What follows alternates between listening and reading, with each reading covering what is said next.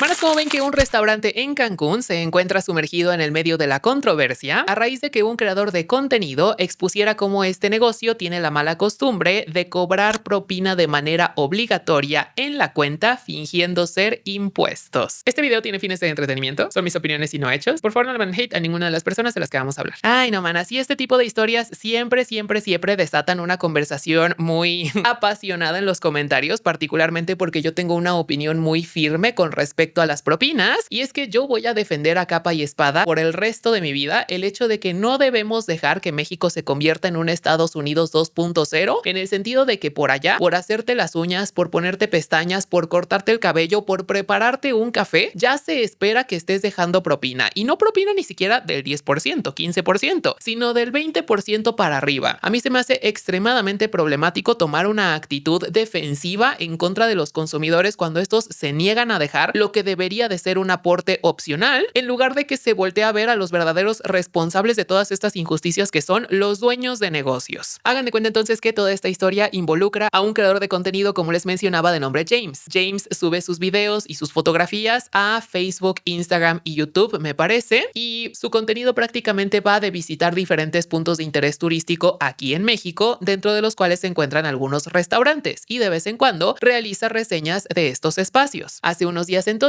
James tendría un video que se volvería extremadamente viral en Facebook, donde él se encontraría visitando un restaurante en Cancún conocido como Villa del Palmar. Ahora, durante su visita, James se percataría al momento de recibir la cuenta que pues habría una serie de costos que nada más no harían sentido, tomando en cuenta la suma que él había hecho de lo que debería de ser el total. Y a lo que me refiero es que en este ticket de consumo aparecería una leyenda bajo el nombre de subtotal, acompañado de una cantidad aproximada a los 1,100 y tantos pesos. Este subtotal es lo que a James le hacía sentido de acuerdo a sumar todos los productos que él y su acompañante habían consumido. Sin embargo, por lo mismo resultaba entonces muy extraño el hecho de que se le mencionara como un subtotal en lugar de un total neto. Sería entonces en ese momento cuando, leyendo un poco más abajo de esta leyenda, vendría otro indicador que leería total, y en números grandes vendría una cantidad aproximada de 1,300 y tantos pesos mexicanos. Esto quiere decir que de la sumatoria que James tenía de en lo que debería de haber salido su cuenta, se le estaban agregando cerca de 170 pesos mexicanos extra. Por cierto, hermanas, si están encontradas este interesante, no olviden seguirme para ver más contenido similar. Muy confundido por esta situación, James solicitaría la ayuda de uno de los trabajadores de este restaurante para que le explicara por qué es que las cuentas no le salían a él. En ese momento se acerca con James un mesero, quien de manera un poco nerviosa comienza a intentar justificar este sobrecargo con decir que él mismo se debería al cobro de impuestos. Sin embargo, manas, desde aquí las cosas ya están extremadamente sospechosas, porque no sé si ustedes lo sabían, pero en México todos los precios que aparezcan en una carta, en un letrero o en cualquier sitio donde el consumidor los vaya a estar observando deben de venir ya con el IVA incluido, que son los impuestos que se cobran aquí en el país. De lo contrario, se estaría cayendo en un delito. No somos como en los Estados Unidos, donde tú, por ejemplo, vas a una tienda, pueden ser que en los anaqueles se marque un precio de $2, pero al momento ya de llegar a la caja registradora, entonces te agregan los impuestos y ya sube un poquito más esta cantidad. Así no funcionan las cosas en este país. Todos los precios ya deben de incluir el IVA, y encima de todo también otro detalle importante es que los precios deben de venir en moneda mexicana nacional. Precisamente informado sobre esta situación, James le diría al mesero que pues no le podían estar cobrando impuestos extra porque así no funcionaban las finanzas en este país, además de que encima de todo en la propia carta de este restaurante, en la parte inferior, se podía leer toda una leyenda que decía cómo es que los precios ya incluían impuestos, porque bueno, en este tipo de sitios que reciben tanto turismo como lo es Cancún, sí llegan a visitar muchos gringos que están acostumbrados a pagar todavía un extra de impuestos posterior al precio que se muestra, les digo, en cartas o en letreros, en donde sea, y pues para que entonces ellos no se vayan a ir con la finta de que todavía les va a salir más cara la cuenta, es que se tiene que agregar esa advertencia. Viendo entonces este mesero que sus tácticas de manipulación no estaban funcionando, el sujeto decidiría llamar a un encargado de ahí del restaurante, y este encargado desde un momento, mana, se acercaría con una actitud totalmente prepotente que caracteriza tristemente a muchos de los trabajadores que laboran en este tipo de sitios que reciben mucho turismo. Normalmente a los mexicanos se nos hace el feo solamente porque vamos a pagar en pesos y no en dólares. Y aquí también hay otro detalle que a mí me pareció extremadamente poco ético por parte de este negocio, y es el hecho de que en el ticket que mostró se podía leer cómo ellos estaban recibiendo el dólar a un cambio de 14 y tantos pesos, pesos, cuando en realidad, si ustedes se fueran a una casa de cambio o a un banco, les cambiarían $1 por, me parece que 17 y tantos pesos. En eso es en lo que está. Entonces, te estarías perdiendo de 4 pesos si pagaras directamente con dólares en este sitio, lo cual implica que al final del día, en términos técnicos y estrictos, cualquier visitante, cualquier turista terminaría por pagar extra por sus alimentos comparado a si lo hiciera en moneda nacional. Y eso, mana, se me hace un abuso enorme y a lo despoblado. Pero viendo cómo se maneja este restaurante, pues creo que no es tampoco una situación de sorprender. Por ahí entonces este encargado, con una actitud bastante poco servicial, le comentaría a James que en realidad lo que estaba sucediendo es que el propio sistema que ellos manejaban en ese restaurante solito incrementaba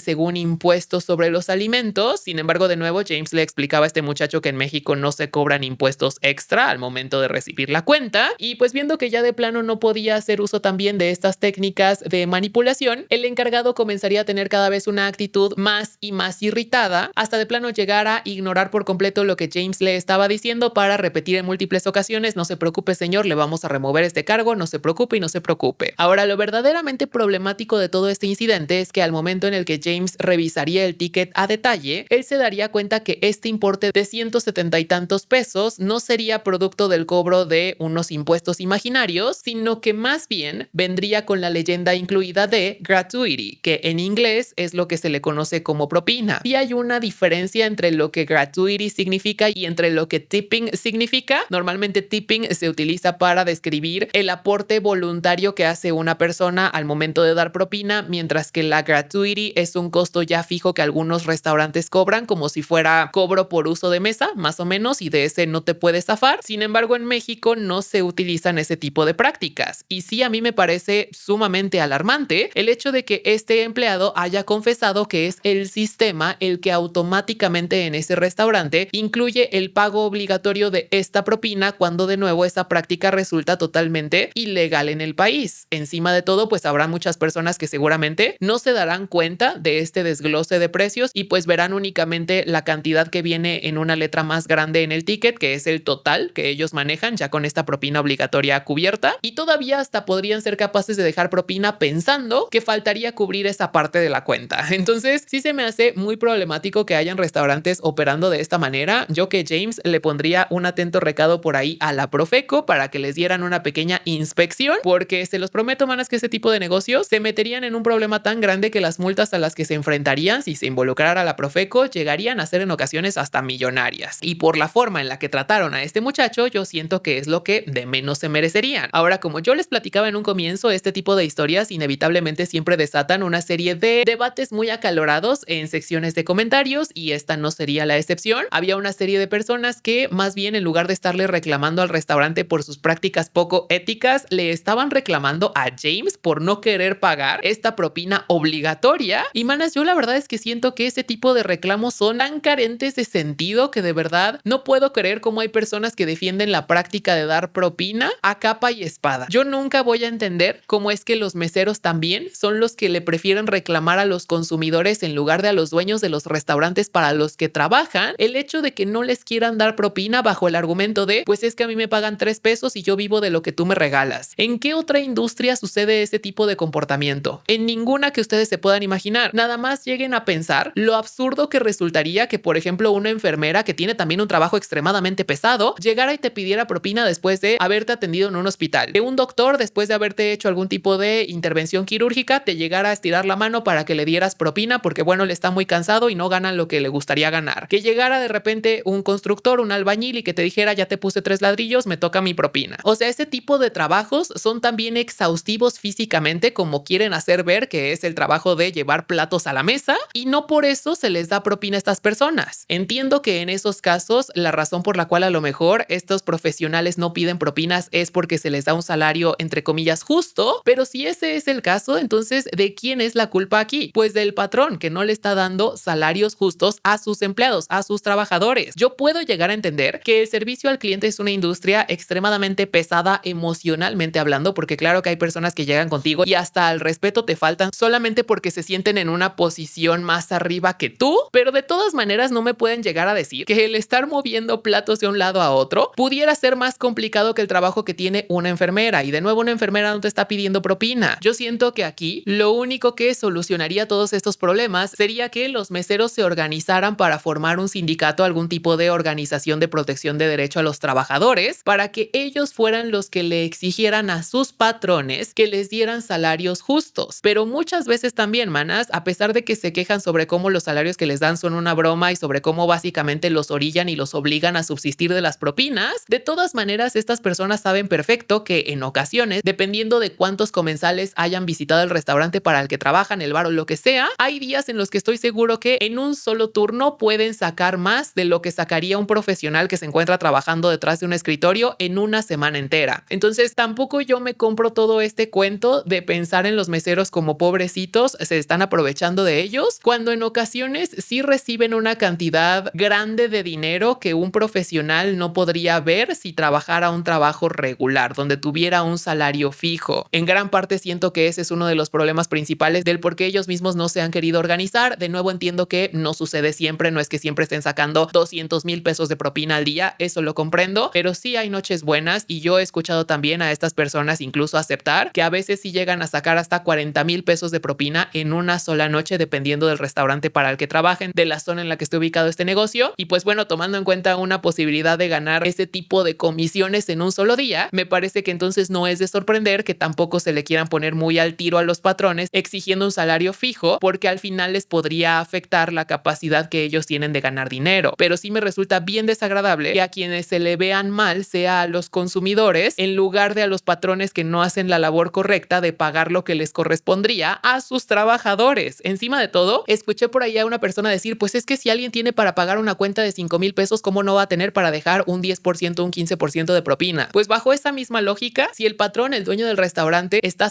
facturando 5,000 pesos de consumo en una sola mesa, ¿cómo no va a tener de esos 5,000 pesos para poder liquidar sueldos justos a sus trabajadores? O sea, de nuevo, siempre volvemos a lo mismo, que la responsabilidad aquí debería caer sobre los hombros de los dueños de estos negocios y no de los comensales. Por ahí también otra de las excusas o de los señalamientos que más les gusta hacer a estas personas cuando hablamos sobre el por qué la propina es inapropiada es que cuando uno quiere que se le atienda, que se le lleve la comida hasta su mesa, va a un restaurante y paga propina. Pero si no tienes para pagar propina, entonces lo que tienes que hacer es irte a un restaurante de comida rápida y tú servirte solito. Sin embargo, de nuevo, esa lógica a mí me parece totalmente fallida, porque en un restaurante de comida rápida los costos reflejan el hecho de que vas a tener que ser tú el que se pare de su asiento a recoger sus alimentos y sentarse en sitios que a lo mejor ni siquiera están tan lindos estéticamente hablando. Pero el costo que tiene una cuenta en un restaurante donde se espera que llegues y te sientes y que te lleven la comida hasta donde estás, reflejan ese premium o ese extra o ese diferenciador por sobre los restaurantes de comida rápida. Entonces, no tiene sentido para mí esa comparación. Se me hace que solo son simples excusas y me choca también cuando las personas llegan a decir, pues es que como no has trabajado en la industria del servicio al cliente, no sabes lo que dices. Nadie tiene que trabajar en esa industria para poderse dar cuenta que el problema aquí son los patrones. Creo que en eso todos estamos de acuerdo, pero en lo que sí yo no voy a estar de acuerdo nunca es con el culpar al consumidor por el hecho de rehusarse a dejar propina o no dejar el porcentaje que les gustaría recibir o al que ya están acostumbrados a recibir. De verdad siento que es bien importante que nosotros no dejemos pasar este tipo de temas de lado, porque en el momento en el que bajemos nuestras defensas y empecemos a dar propina ya como si fuera un extra esperado por parte nuestra, lo único que va a suceder es que vamos a terminar como en los Estados Unidos, donde de nuevo, hasta por cortarte el cabello y por ponerte uñas y pestañas, se espera que des una propina de más del 20%. Pero bueno,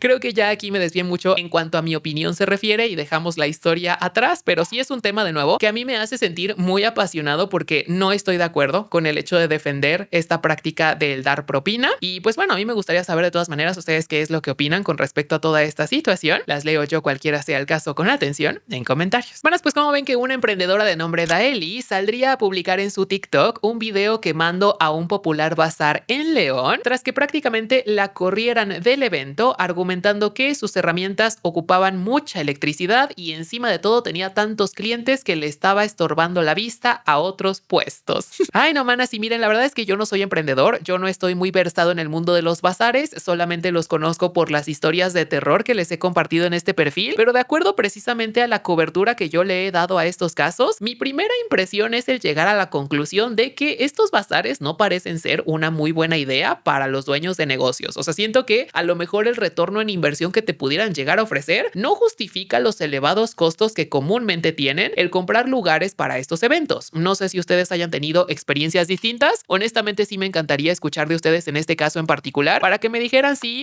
sienten que como dueñas de negocio de un emprendimiento les ha salido redituable el comprar un espacio en estos eventos. Pero bueno, el punto es que en TikTok publica contenido una emprendedora, como les mencionaba, de nombre Daeli. Daeli tiene un negocio de joyería donde ella graba diferentes imágenes en distintos materiales. Para hacerlo se apoya de una máquina láser, es una máquina medianita, no es ni muy pequeña ni muy grande tampoco. Y encima de todo también suele ofrecer un tipo de joyería que se le conoce como permanente, que va soldada en la muñeca, en el tobillo o donde te la quieras poner. A causa de lo novedoso de su negocio, la verdad es que le ha estado yendo bastante bien a Daeli. Me parece que ella es originaria de Guadalajara o de una ciudad semejante. Y pues bueno, hace un tiempo le surgiría la oportunidad a esta muchacha de unirse a un bazar en León conocido como 100 Varitos Bazar o algo semejante. Para estos bazares, como yo les comentaba en un principio, es necesario que tú cubras una cuota casi que derecho de piso, lo cual tiene completamente sentido. Y pues bueno, si bien Daeli no entra en detalles sobre exactamente cuánto ella habría pagado por este espacio, de todas maneras pues todo parecería indicar que la entrada que ella habría conseguido incluiría todos los días en los que el bazar estaría activo, que me parece que sería un fin de semana completo. No obstante, a pesar de ya comenzar a darle publicidad al hecho de que ella se iba a encontrar en este bazar de León el primer día de esta feria, los problemas inmediatamente comenzarían a surgir. Por cierto, manas, si están encontrando esta historia interesante, no olviden seguirme para ver más contenido similar. Y a lo que me refiero es que al momento de ella ya estar poniendo su stand en esta feria, inmediatamente comenzarían a ocurrir apagones muy extraños a lo largo de todo este recinto. Lo que parece haber estado ocurriendo en esta ocasión es que la red eléctrica no tendría la capacidad suficiente para sustentar todas las herramientas y decoraciones que los emprendedores estaban conectando a la misma. Daeli menciona que, por ejemplo, había personas que tenían incluso hornos, no sé si hornos de microondas u hornos a lo mejor de calidad un poquito más industrial, pero al final del día hornos que necesitaban de electricidad. Encima de todo, había personas conectando luces decorativas, conectando otros tipos de aparatos, planchas y demás. Y pues bueno, ella también debía de conectar su máquina de láser. A causa de todos estos constantes apagones, resulta ser que la organizadora de este evento se acercaría con Daeli para proponerle que fuera ella la que se cambiara de lugar, argumentando que probablemente su máquina sería la responsable de causar estas fallas en la electricidad. La razón por la cual la organizadora llegaría a esta conclusión se debería a que supuestamente ella nunca habría tenido un problema similar con los demás ponientes de la exposición, y como Daeli parecería ser de las pocas nuevas en este bazar, pues bueno, la sospecha caía sobre sus hombros. Por cierto, a lo mejor un detalle que no les di sobre este bazar es que la razón por la cual lleva el nombre de 100 Varitos Bazar se debe a que justo la premisa es el hecho de que los productos que ahí se comercializan no sobrepasan los 100 pesos por unidad, entonces puedes encontrar cositas desde los 20 pesos, 30 pesos, 5 pesos hasta los 100 pesos. Y pues bueno, claro que esta dinámica se vuelve muy interesante para los consumidores, quienes quieren a lo mejor salir a comprar unas cositas sin echar la casa por la ventana. Ahora sí, volviendo a la historia, Daeli dice que ella no habría tenido ningún problema en movilizar su stand. La organizadora hasta eso que le conseguiría la opción de conectar su máquina en el local de un tío suyo que se encontraba ahí en este recinto, y pues en un principio eso parecería haber resuelto el problema. No obstante, como el negocio de Daeli sí es bastante socorrido, afortunadamente, y esperemos que así siga siendo, pues muchas personas comenzarían a hacer fila fuera del stand de Daeli, bloqueando en el proceso el negocio del tío de la organizadora. Para este punto yo creo que es totalmente válido y se entiende que si tú eres dueño de un local no te vaya a parecer que haya personas que vayan a otro negocio y que bloqueen la entrada al tuyo, porque pues bueno, eso puede implicar pérdidas o una menor cantidad de ventas para ti. Entonces, para sorpresa de nadie, pues este señor se comunicaría con su sobrina para decirle que pues bueno, las clientas de Daeli estaban bloqueando su espacio y que por lo mismo le pedía de manera muy atenta que las organizara un poquito mejor. Dicho y hecho, la organizadora se comunicaría vía mensaje de texto con Daeli, le pediría que organizara su fila, a lo que Daeli contestaría: sí, ya lo estoy haciendo de hecho. Pues manas, ante esta respuesta, ¿saben ustedes cómo es que la organizadora reaccionaría? Le mandaría un segundo mensaje a Daeli diciéndole: no te preocupes, mañana no te presentas.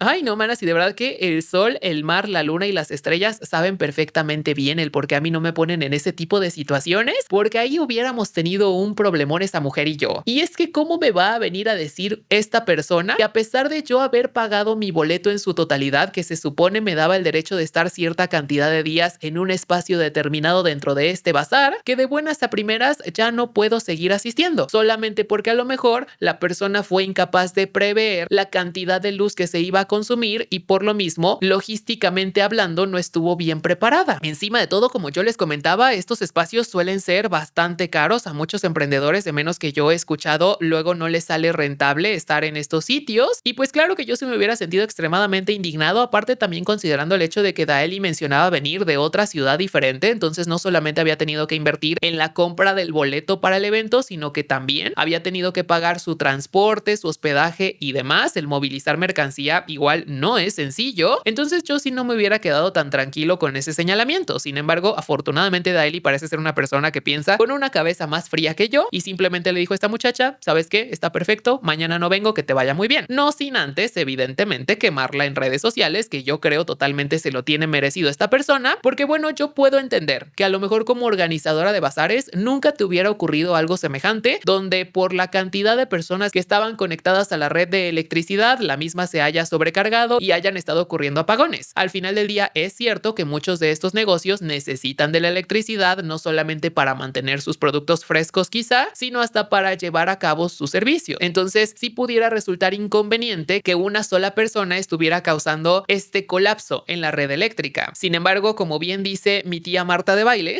qué diferente hubiera sido que en lugar de responder de esa manera tan poco profesional o tratar de solucionar las formas de esa manera tan carente de profesionalismo, hubiera dicho a esta organizadora, oye mira Daeli, ¿sabes qué? Una súper disculpa, pero la verdad no pensé que tu aparato utilizara tanta luz, yo creo que es el tuyo porque nunca había tenido problemas con los demás negocios. ¿Qué te parece si yo te hago el reembolso de los días que faltan para el evento? Ya no te presentas, una disculpa, pero te invito a que en la próxima edición de mi bazar tengas un espacio ya sin costo para compensarte este inconveniente. De esa manera ya no afectamos a otros locales, tampoco te afecto a ti que tampoco estás pudiendo hacer tu labor correctamente porque se te va la luz y pues dime qué piensas. Hubiera sido, creo yo, 1000 veces diferente recibir ese tipo de mensajes y estoy bastante seguro por cómo vi la actitud de Daeli que ella no hubiera tenido ningún tipo de objeción y hasta ni siquiera yo creo que lo hubiera quemado en internet como lo terminó haciendo. De todas maneras, creo que incluso si hubiera comunicado las cosas de esta forma la organizadora y por ejemplo Daeli no hubiera querido aceptar el retirarse del bazar, estaba por completo en su derecho porque de nuevo les digo, al final de cuentas ella pagó por un boleto que incluía cierta cantidad de días y ciertas condiciones de uso y pues ese contrato comercial no se estaba llevando a cabo, ¿no? Pero bueno, la respuesta del público, si es que Daeli hubiera contado la historia, hubiera sido totalmente distinta y no se le estaría funando a este bazar como se lo está haciendo en estos momentos. Daeli platicaba también que otra de las razones por las cuales a lo mejor tampoco se tomó tan a pecho esta respuesta o esta forma de manejar las cosas por parte de la organizadora se debería a que de todas formas ella tiene pensado abrir un local en León, entonces pues bueno, eventualmente volverá a esta ciudad, pero pues no deja de ser un mal rato el que tuvo que pasar Daeli solamente por la forma tan poco profesional otra vez en la que esta organizadora quiso manejar las cosas en esta ocasión. Pero pues bueno, como yo les decía en un principio, solamente he escuchado historias de terror con relación a estos famosos bazares, no he escuchado ninguna historia positiva, pero a lo mejor ustedes sí tienen alguna vivencia que valga la pena escuchar y que nos digan cómo es que el ir a bazares cambió su negocio para bien. Por lo mismo, a mí me gustaría leerlas en comentarios y pues bueno, por ahí las voy a estar checando con atención. Y bueno, este es el make-up final, espero que te haya agradado.